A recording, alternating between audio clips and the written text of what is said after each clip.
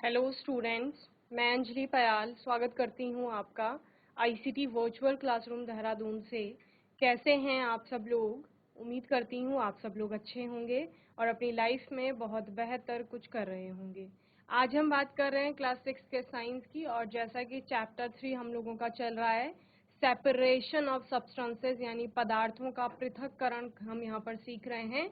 Basically कर क्या रहे हैं, पदार्थों को अलग अलग कर रहे हैं। अगर किसी मिक्सचर की बात की जा रही है कि कोई मिश्रण है, तो उस मिश्रण के जो जो उसमें कंपोनेंट्स हैं, घटक हैं, उनको क्या कर रहे हैं, छांट रहे हैं, उनकी छटनी कर रहे हैं या फिर उनको अलग कर रहे हैं, यानी सेपरेट कर रहे हैं। ओके, तो इस प्रकार से, क्योंकि मिश्रण आपके कई प्रकार के हो सकते हैं, जहां पर आपने क्या बोला कि पदार्थ की गुण अलग अलग हो सकते हैं, यानी पदार्थ आपका जो है मिश्रण में उसकी प्रॉपर्टीज अलग अलग होंगी, आकार अलग हो सकता है, शेप अलग हो सकता है, साइज अलग हो सकता है।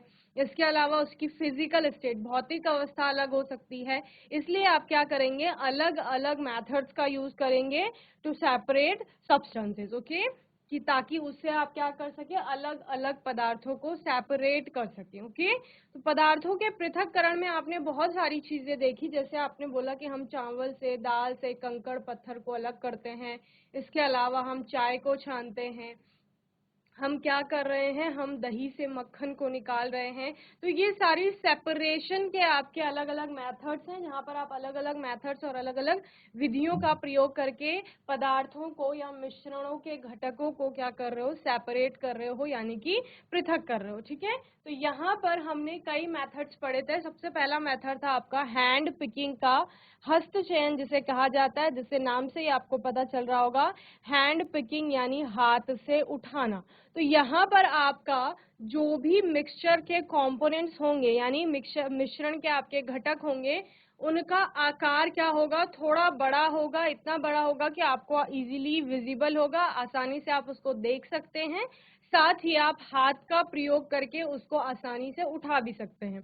तो आप इस प्रकार से हाथों की सहायता से उन कंपोनेंट को, उन घटकों को या फिर उन कणों को उठा करके अलग करेंगे, और इसी को आपका क्या कहा जाता है, हैंड पिकिंग या हस्त चयन कहा जाता है, जिसका प्रयोग करके मोस्टली आप लोग क्या करते हैं, चावल दाल को साफ करते हैं। इसके अलावा कोई और भी मिश्रण हो सकता है जिसमें या तो अशुद्धि की बात करेंगे कि वो थोड़ा बड़े कण है उसके, या आप किसकी बात कर रहे हैं कि जो मिक्सचर के कंपोनेंट्स हैं वो कुछ भी हो सकता है, जरूरी नहीं है ना कि अशुद्धि हो। सपोज आपका दाल और चावल गलती से मिक्स हो गए, तो अब उसमें अशुद्धि तो कोई नहीं है, बस आपको उनको छांटना है और छांट करके अलग करना है।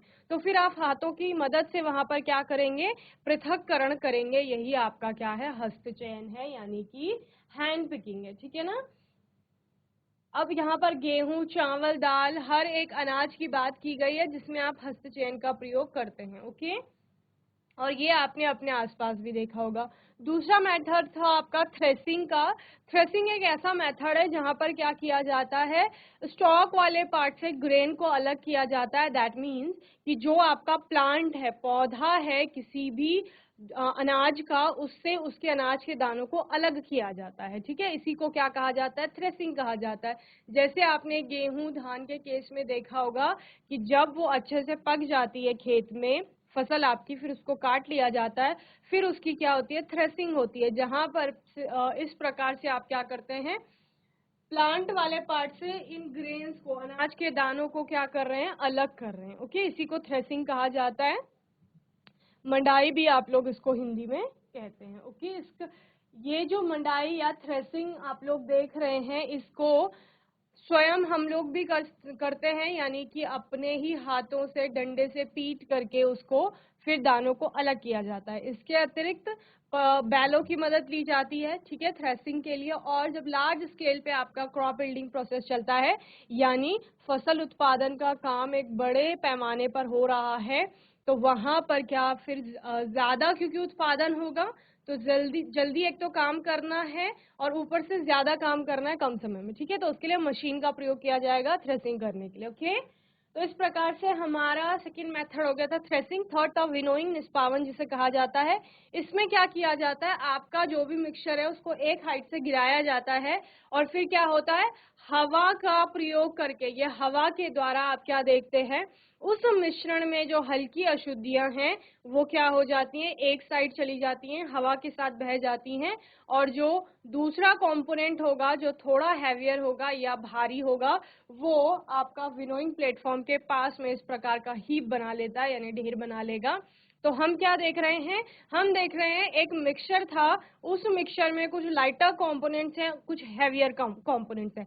आपको दोनों को सेपरेट करना है, लाइटर को भी, और आपको उससे किसको अलग करना है, हैवियर को अलग करना है। तो आप क्या करोगे, एक हाइट से उस मिक्सचर को नीचे गिराओगे, उससे क्या होगा, लाइटर जो कंपोनेंट है, मींस हल्के जो आपके घटक हैं वो क्या हो जाएंगे, हवा के साथ, जिधर को हवा के बहने की दिशा होगी उसी दिशा में आपका बह करके एक साइड चले जाएंगे, और वहीं पर जो आपके हैवियर कंपोनेंट्स है वो इस प्रकार का हीप बना लेते हैं।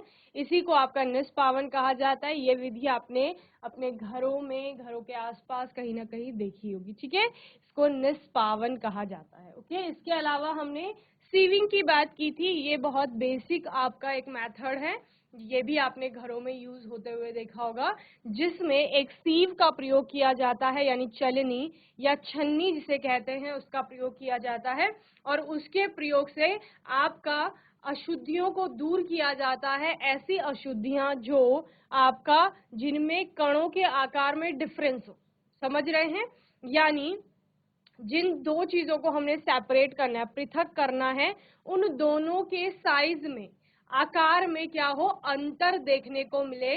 इससे क्या होगा, सीव का प्रयोग करेंगे तो जो बड़े साइज के आपकी अशुद्धियां हैं वो सीव में ही फंस जाएंगी, जैसे यहाँ पर दिखाया गया है, और जो आपका छोटे साइज का कंपोनेंट था वो चलनी से या सीव से पार हो करके नीचे आ जाएगा, ठीक है ना।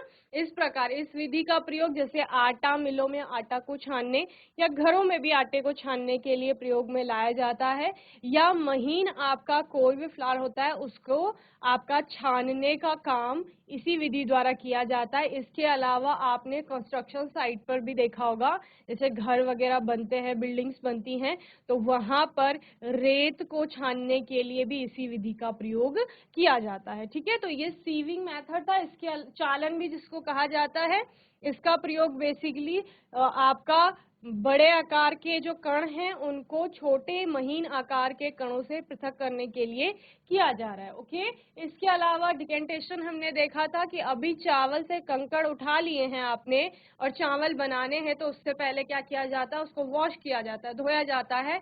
तो धोने से पहले आप क्या करते हैं, उसमें पानी डालते हैं और थोड़े समय के लिए उसको रख देते हैं। इससे क्या होता है, थोड़ा समय मतलब कुछ सेकंड के लिए, ओके, स्थिर कर देंगे उसको। उससे क्या होगा, उसमें जितनी भी हल्की अशुद्धियां हैं वो पानी के साथ ऊपर आ जाती हैं, या फिर उसमें कोई भी गंदगी रही होगी, मिट्टी वगैरह, वो पानी के साथ ऊपर आ जाती है। इसी को आपका डिकेंटेशन कहा जाता है, सेडिमेंटेशन कहा जाता है, ठीक है ना, अवसादन यानी कि। ओके, देन डिकेंटेशन में आप लोग क्या करते हैं, जितना भी आपने सेडिमेंटेशन में वो जितनी अशुद्धियां ऊपर आ गई थी, अब उसको आप क्या कर लेंगे, उस पानी को गिरा देंगे, जिसको बेसिकली एक सामान्य शब्द है निथारना भी इसको कहा जाता है।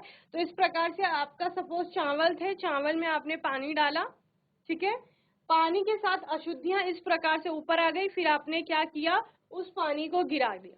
ओके, तो इसी को क्या कहा जाता है, निस्तारण आपका कहा जाता है। ओके, देन हमने कहा निस्तारण की विधि से आप दो लिक्विड्स को भी अलग कर सकते हैं, दो द्रवों को भी अलग कर सकते हैं। एक सपोज आपका ऑयल है और दूसरा आपका वाटर है, यानी जल और तेल को आपने मिलाया, तो जल और तेल आपस में मिश्रित नहीं होते हैं, मिलते नहीं हैं, वो अलग अलग क्या बना लेते हैं, परतें बना लेते हैं। फिर उनको एक तो आप डिकेंटेशन के द्वारा अलग कर सकते हैं दोनों लेयर्स को, क्योंकि दो परतें बन जाएंगी अगर अलग अलग, तो इस प्रकार से आप ऊपर की परत को इस प्रकार से गिरा करके अलग कर सकते हैं दूसरे किसी वेसल में। और दूसरा किसका प्रयोग किया जाता है, आपका डिकेंटेशन में इस सेपरेटिंग फनल का यूज किया जाएगा, जिसको पृथककारी कीप भी कहा जाता है, ठीक है। इसमें क्या किया जाता है, इसमें यहां से आप दोनों लिक्विड्स डालेंगे। ओके, यहां से आपने दोनों लिक्विड्स डाल दिए, ओके। एक आपका वाटर था, दूसरा आपका केरोसिन था।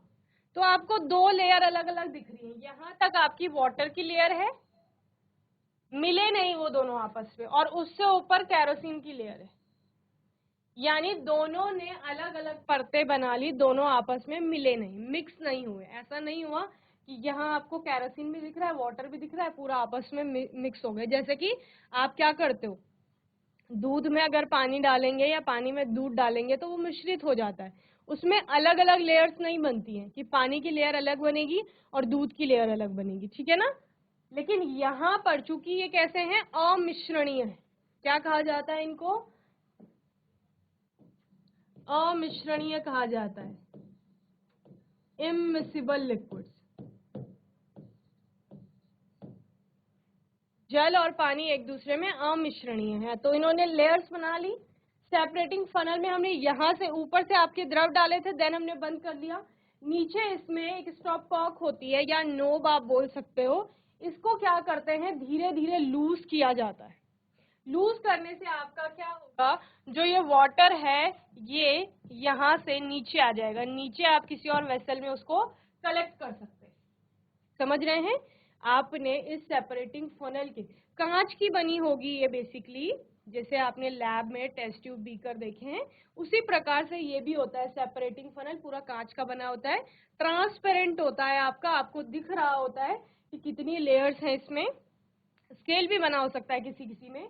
आपने इसको लूज किया, ठीक है। लूज करने पर क्या होगा, ये वाटर वाला जो कंपोनेंट है ये धीरे धीरे यहाँ से नीचे आ जाएगा, बाहर आएगा, और आप इसको किसी बीकर में, किसी भी वेसल में आप इसको कलेक्ट कर सकते हैं। इकट्ठा कर लिया आपने, जब ये लेयर यहाँ पहुंच जाएगी, यानी सारा वाटर आपने कलेक्ट कर लिया, तो आप इस स्टॉप कॉक को फिर से बंद कर लेंगे या टाइट कर लेंगे, ठीक है ना।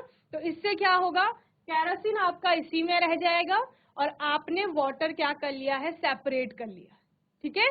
तो यहाँ पर सेपरेटिंग फनल का भी यूज किया जाता है जब आप किसकी बात करते हो, इमिसिबल लिक्विड्स की बात करते हो कि इनको पृथक करना है। ओके, तो जल्दी से इसको पिक्चर को बना लेंगे आप लोग, फिर हम आगे नेक्स्ट मेथड को पढ़ेंगे।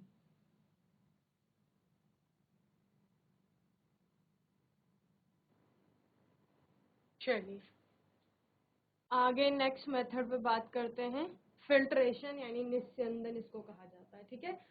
फिल्ट्रेशन में आप लोग क्या करते हैं, बहुत महीन कण होते हैं जो कि आपको दिखाई दे रहे हैं, बहुत हल्के हैं, लेकिन इसको सीव की मदद से आप सेपरेट नहीं कर पा रहे हो, तो वहां पर क्या किया जाता है, फिल्टर पेपर, एक पेपर होता है आपका,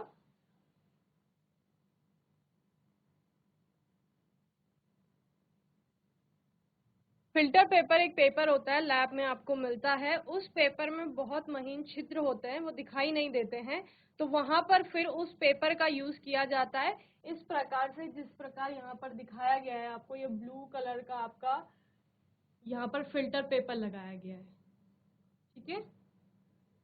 ग्रे कलर का आपका मिलता है, ये आपका फिल्टर पेपर लगाया गया है। ये आपकी फनल है, कीप जिसे बोलते हैं। कीप के अंदर आप क्या करते हैं, उस फिल्टर पेपर को काट के और वहां पर सेट करते हैं, ठीक है। फिर क्या करेंगे, जब आपने फिल्टर पेपर यहाँ पर सेट कर दिया, देन आपका क्या होता है, उसके ऊपर आप वो मिश्रण डालेंगे। कौन सा मिश्रण, जो भी आपका लिक्विड के अंदर, ठीक है, बेसिकली द्रव के अंदर कोई सॉलिड सब्सटेंस वहां पर मिक्स है, और वो सॉलिड सब्सटेंस ऐसा नहीं है कि उसके कण बहुत ज्यादा बड़े हैं कि आप सीव की मदद से उसको छान सकते हैं या छन्नी की मदद से उसको छान सकते हैं। यहाँ पर आप फिल्टर पेपर का यूज कर रहे हैं फिल्ट्रेशन के लिए, तो फिर आप क्या करेंगे, यहाँ पर उस लिक्विड को पोर करेंगे, यहाँ डालेंगे, और डालने से आप क्या देखते हैं, जितना भी आपका सॉलिड सब्सटेंस था वो, ठीक है, वो क्या हो जाएगा, फिल्टर पेपर में ही रुक जाएगा, और आपका जो भी लिक्विड था वहां पर वो धीरे धीरे रिस करके आपका यहाँ ड्रॉप वाइज इस तरह से आप एक वेसल में कलेक्ट कर लेंगे। क्लियर है। यानी सपोज हम मान रहे हैं कि आपने पानी लिया और उस पानी में बहुत हल्की अशुद्धि थी, मिट्टी के महीन कण थे बहुत, तो आपने क्या किया, उसको फिल्टर पेपर में डाला, वो जो महीन कण थे वो यहीं फंस गए या फिल्टर पेपर में रुक गए, और आपका पानी जो था वो अलग सेपरेट आपने कर लिया है। तो निस्यंदन भी आपके सेपरेशन की एक क्या होती है, टेक्निक, मेथड होता है, ठीक है ना। चलिए, let us again consider a mixture of a solid and a liquid. ठीक है, हम फिर से एक ऐसा मिश्रण लेते हैं जिसमें आपका एक सॉलिड कंपोनेंट है और एक लिक्विड है। ठीक है, after preparing tea what do you do to remove the tea leaves. ठीक है ना, यहाँ पे टी का एग्जाम्पल लिया गया है, चाय का एग्जाम्पल। तो बेसिकली सीव का आप जो यूज कर रहे थे ना, वहां पे आपका लगभग दोनों जो सब्सटेंस है वो सॉलिड थे और उनके पार्टिकल का जो साइज था उसमें बहुत बड़ा डिफरेंस था। फिल्ट्रेशन में आप क्या करेंगे, एक लिक्विड और उसमें कोई सॉलिड पार्टिकल्स क्या है वहां पर मिले हुए हैं। तो जैसे चाय की बात कर लिए, तो चाय को भी हम फिल्टर करते हैं। चाय से चाय की पत्ती को क्या करते हैं, छानते हैं। सबसे पहला एग्जाम्पल सेपरेशन का मैंने आपको यही बताया था, ट्राई डिकेंटेशन। आपने डिकेंटेशन ट्राई किया, डिकेंटेशन में आप क्या करते हैं, आपने चाय को थोड़ी देर के लिए रेस्ट में रखा, देन उससे क्या होगा, जो सॉलिड सब्सटेंस है उसमें वो नीचे बैठ जाएगा, हैवी जो पार्टिकल्स हैं, लेकिन लाइटर पार्टिकल्स ऊपर ही रहेंगे। ठीक है, और आप फिर क्या कर लेंगे, डिकेंटेशन में ऊपर का लिक्विड आप पोर कर लेते हैं, अलग दूसरे बर्तन में निकाल लेते हैं। ठीक है ना, यही तो आप लोग कर रहे थे, निस्तारण जिसे कहा जा रहा था। इट हेल्प्स अ लिटिल, ये आपको थोड़ी मदद कर सकता है, लेकिन चाय की पत्ती में कुछ हल्के कण भी हो सकते हैं जो चाय के साथ ऊपर आ गए थे, तो वो फिर आपके चाय के साथ ही रह गए, वो तो अलग नहीं हुए। But do you still get a few leaves in your T, लेकिन इस डिकेंटेशन की विधि से क्या आपको कुछ जो चाय की पत्तियां हैं वो अभी भी चाय में दिख रही हैं। Now pour the tea through a strainer. अब आप क्या करेंगे, क्योंकि आपको कुछ पत्तियां अभी भी चाय में दिख रही हैं आफ्टर डिकेंटेशन, तो आप स्ट्रेनर का यूज करोगे, जो आपकी छन्नी वगैरह होती है उसका यूज किया आपने और उसमें आपने पूरी चाय डाल दी। Did all the tea leaves remain in the strainer, this process is called filtration. क्या अभी भी टी लीव्स वहां पर हैं, तो अब नहीं होंगे क्योंकि आपने स्ट्रेनर का यूज किया है, तो सारी जो चाय की आपकी पत्तियां थी वो किसमें, स्ट्रेनर में ही फंस गई, और इसी प्रोसेस को आपका क्या कहा जाता है, फिल्ट्रेशन यानी कि निस्यंदन कहा जाता है। The process of removing insoluble solids from a liquid by using a filter paper is known as filtration. और फिल्टर पेपर के अलावा आप स्ट्रेनर का यूज भी कर रहे थे, तो बेसिकली छानने की जो यहाँ पर विधि है, एक द्रव से उस इनसॉल्युबल यानी अविलेय ठोस को हटाने की या सेपरेट करके, छान करके अलग करने की जो विधि है, वही आपका फिल्ट्रेशन या निस्यंदन कहा जाता है। Filtration is used for separating insoluble substances from a liquid. ठीक है, तो इनसॉल्युबल की ही बात कर रहे थे, जो अविलेय है, जो विलेय हो गया है, घुल गया है, तो वो तो फिल्टर होकर आपका उसके साथ आ जाएगा। जैसे चाय में चीनी क्या होती है, घुल जाती है, तो वो सॉल्युबल है, विलेय है। तो ऐसा नहीं है कि आप छानते हैं तो चीनी भी ऊपर रह जाती है, चीनी तो चाय के साथ आ जाती है ना, उसकी मिठास तो आ जाती है, क्यों, क्योंकि वो सॉल्युबल है।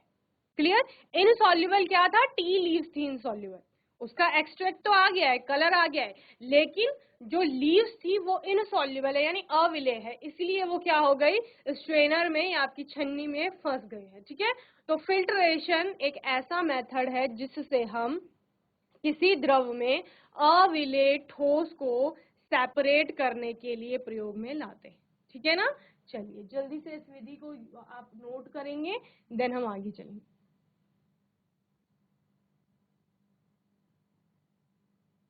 चलिए, तो निस्यंदन की बात कर रहे थे, फिल्टर पेपर का उपयोग करके किसी तरल पदार्थ से अघुलनशील ठोस पदार्थ को निकालने की। ठीक है, ये ध्यान रखना है आपने कि क्या कहा गया, तरल यानी द्रव है कोई और उससे अघुलनशील ठोस पदार्थ को क्या करना है, पृथक करना है, और इसी विधि को आपका निस्यंदन कहा जाता है। निस्यंदन का उपयोग किसी तरल पदार्थ से घुलनशील पदार्थों को अलग करने के लिए किया जाता है, क्योंकि घुलनशील पदार्थ जैसे मैंने बताया वो तो द्रव के साथ ही आ जाएगा। ठीक है ना, चलिए, तो मैं उम्मीद करती हूँ आज का सेशन आपको अच्छे से समझ में आया होगा। आज के सेशन में हमने फिल्ट्रेशन के बारे में पढ़ा, ठीक है, और सेपरेटिंग फनल जो डिकेंटेशन में आपने पढ़ी उसके बारे में पढ़ा, तो ये आपको अच्छे से समझ में आया होगा, ठीक है। आने वाले सेशन में हम लोग बात करेंगे वाष्पीकरण की। वाष्पीकरण को आप लोग अच्छे से पढ़ के आएंगे, इवेपोरेशन जिसे आपका कहा जाता है। तो अभी तक आपने बहुत सारे मेथड्स पढ़ लिए हैं, इनको अच्छे से तैयार कर लेंगे आप लोग, और बाद में जब आपका चैप्टर खत्म हो जाएगा, यानी सारे टॉपिक्स हम कंप्लीट कर लेंगे, उसके बाद क्वेश्चन आंसर्स मैं आपसे पूछूंगी, क्वेश्चंस पूछूंगी तो आपको आंसर करना होगा, ओके। चलिए, तो बाकी आने वाले सेशन में आप लोग अपने डाउट्स और क्वेश्चंस पूछ लेंगे, और तब तक के लिए आईसीटी वर्चुअल क्लासरूम से जुड़ने के लिए धन्यवाद।